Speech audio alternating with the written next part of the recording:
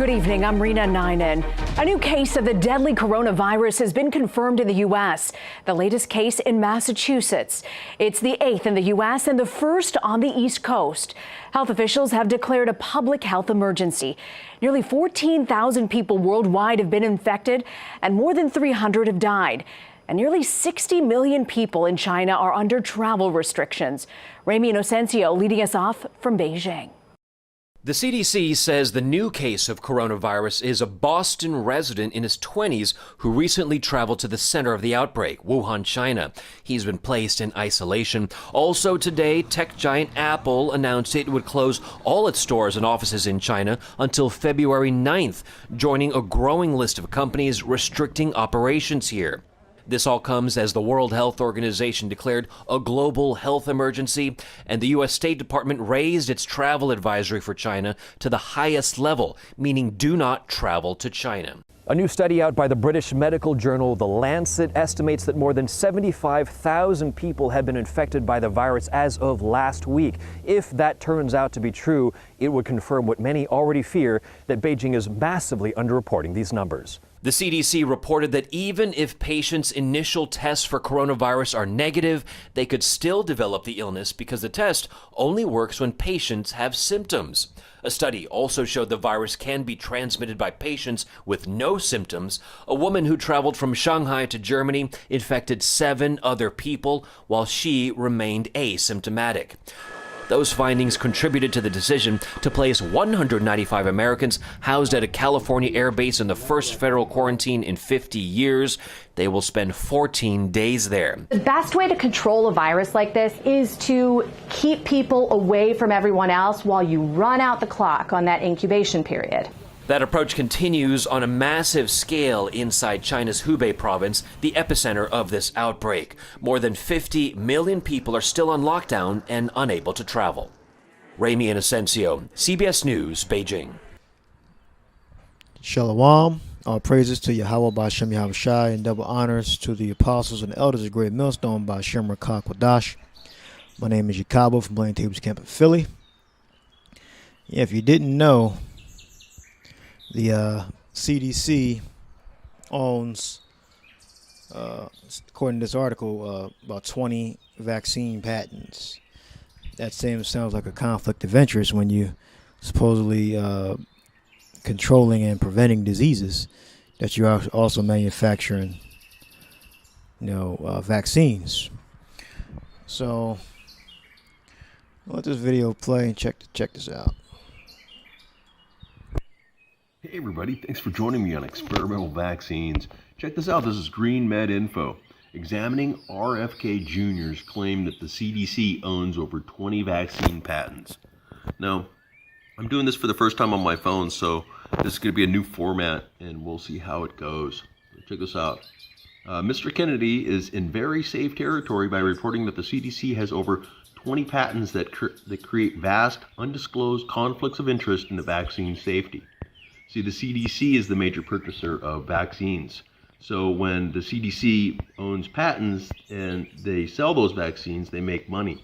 So for them to be head of their own safety and commission and approve of the same product that they sell, for instance, Paul Offit right here says, and he is the head of the safety and vaccine commission.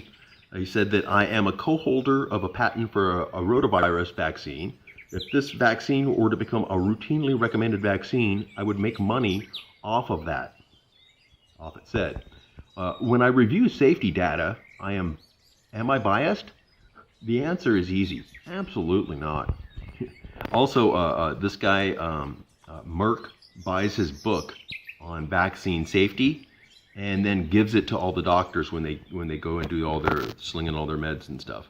And so, right there, it shows it right here.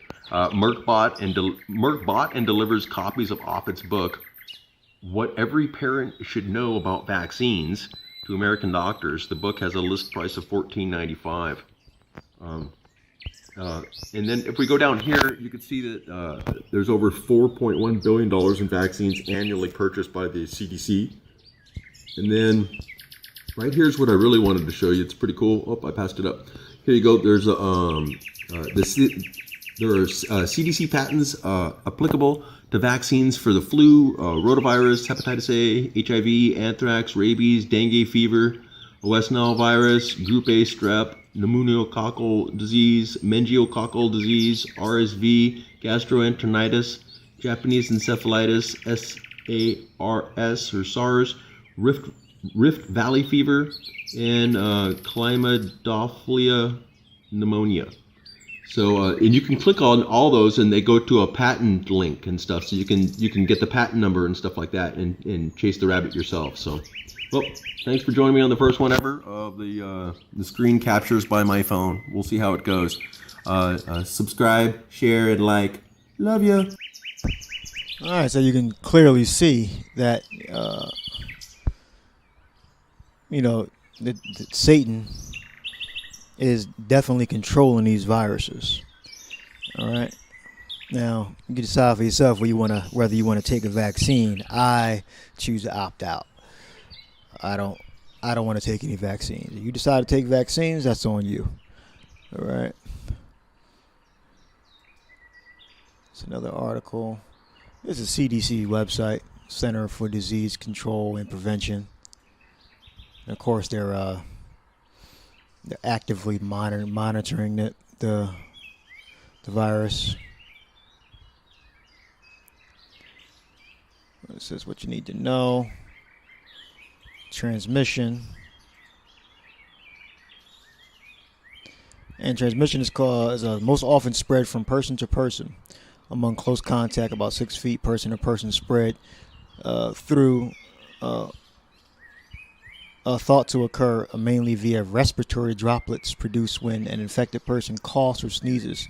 That's why you see a lot of mobiles wearing a mask, because whenever outbreak happens or whenever they're just generally sick, it's already within because they get sick so damn much, it's already within their culture to wear those masks. So if they got a cold or some type of respiratory illness, they'll put the mask on. All right. It's similar to how influenza and other respiratory pathogens spread. All right. So the skirt is being lifted up on, Esau Edom's his tricks, his deceit. Isaiah 47 explains that. I'll start at the second verse. Take the millstone, grind the mill, uncover the locks, make bare the leg, uncover the thigh, pass over the rivers.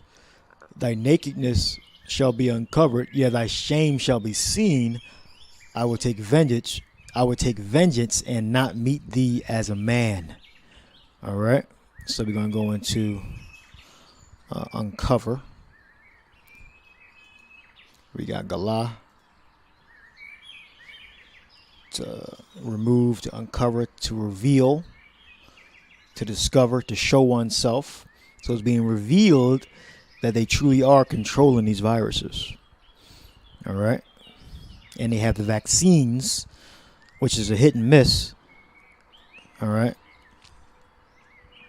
Meaning it'll either cure you or won't cure you. It depends on your immune system. All right.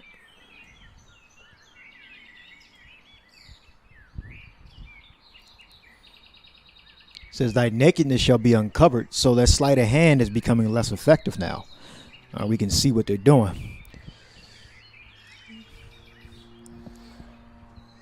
All right, thy nakedness. Let's go into nakedness. We got Irawa.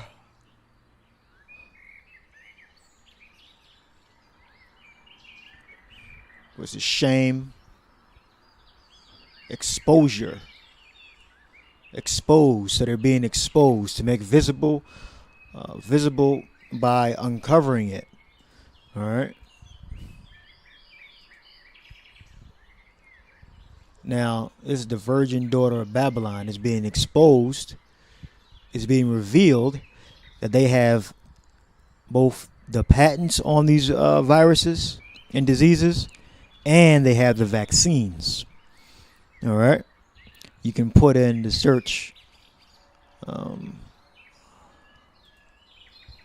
CDC is a vaccine company, or CDC actually a vaccine company. And this article says owns 56 vaccines. All right, a grave conflict of interest. Yeah, they got the patent on disease, and it says what it said. It says they have 56 according to this article. They have 56 vaccines. So they got the disease and the cure according to what they're saying. And that thing, that cure is a hit or miss. All right, I wouldn't take it. All right.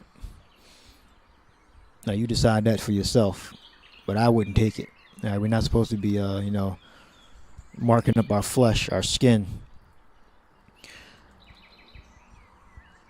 It says 2 recent events have forced a glaring spotlight on the $30 billion a year vaccine industry.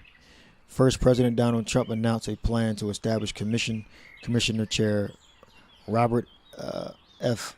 Kennedy Jr. to investigate vaccine safety and scientific integrity.